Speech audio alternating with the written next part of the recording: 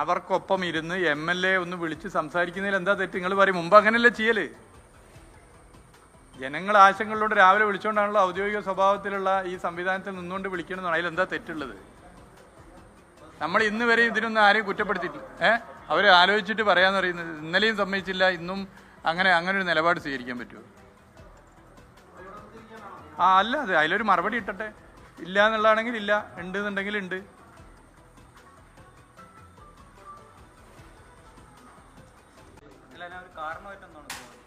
അത് മനസ്സിലാവുന്നില്ല. കാരണം ഇതിപ്പോ എല്ലാവരും ഇരുന്നിട്ടല്ലേ, നമ്മൾ ഒറ്റക്കൊന്നല്ലേ വിളിക്കുക.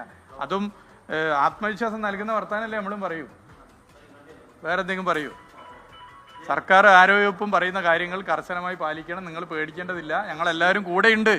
ഇത് പറയാനുള്ള ഒരു അവകാശം ഒരു സർക്കാർ കൺട്രോൾ റൂമിൽ അവിടെ ഇരിക്കുന്നു കൊണ്ട് പറയാനൊരു MLAക്ക് അവകാശമില്ലേ? സ്വാഭാവികമായിട്ട് ഉള്ളൊരു പ്രശ്നമല്ലേ?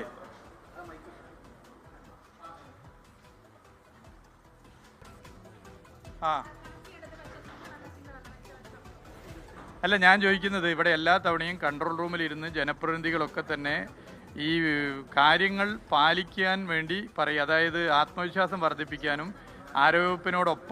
ആരോഗ്യവകുപ്പിനോടൊപ്പം കർശന നിർദ്ദേശങ്ങൾ പാലിച്ചു പോകണമെന്ന് പറയാനാണല്ലോ ജനപ്രതിനിധികൾ തയ്യാറാവുന്നത്. അതിനാണല്ലോ വരുന്നത്. അത് ഒരു 2 ഫോൺ വിളിക്കുന്നത് കേട്ടുകൊണ്ട് MLAക്ക് അതിൽ അഭിപ്രായം പറയരുത് എന്ന് നിലപാട് മോളിൽ നിന്ന് വന്നു എന്ന് പറഞ്ഞാൽ അത് ശരിയാണോ? ഞാനതുകൊണ്ട് ഇവിടെ ഇരിക്കുകയാണ്, എനിക്ക് ഇതിലൊരു മറുപടി കിട്ടണം.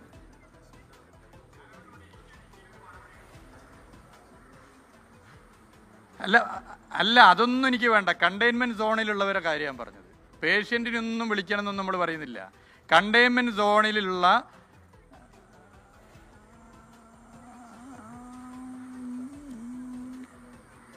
അപ്പൊ കഴിഞ്ഞ തവണയൊക്കെ ചെയ്തത് തെറ്റാണോ? കണ്ടെയ്ൻമെന്റ് സോണിലിരുന്ന് ആളുകളെ വിളിച്ച് സംസാരിച്ച് ആത്മവിശ്വാസം നൽകുന്ന തെറ്റാണോ അവിടുത്തെ നാട്ടിലെ ജനങ്ങളെ? അല്ല, കണ്ടെയ്ൻമെന്റ് സോൺ എന്നുള്ള പ്രഖ്യാപിക്കാത്തതിൽ നമുക്ക് അഭിപ്രായ വ്യത്യാസം ഉണ്ട്. അതാ പറഞ്ഞത്. അല്ല, ഞാനിപ്പോൾ ഒറ്റ കാര്യം ചോദിക്കാനുള്ളൂ. ഈ കൺട്രോൾ റൂമിലെ നിങ്ങൾ ഈ രോഗം പേടിക്കാനൊന്നുമില്ല എന്ന് പറഞ്ഞ് ആത്മവിശ്വാസം നൽകുന്ന പ്രവർത്തനത്തിൽ ഒരു MLAക്ക് ഇരിക്കാൻ പറ്റുമോ ഇല്ലയോ? ഒരാളെ പോലും വിളിക്കാൻ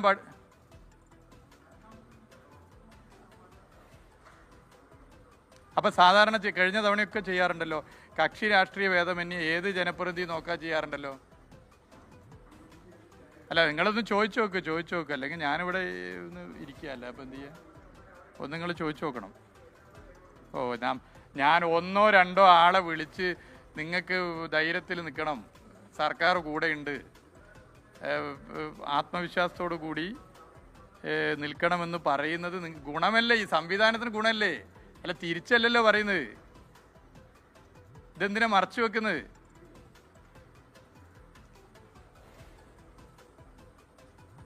അല്ല, നിങ്ങളൊന്ന് ചോദിച്ചു നോക്ക്. ഓക്കെ.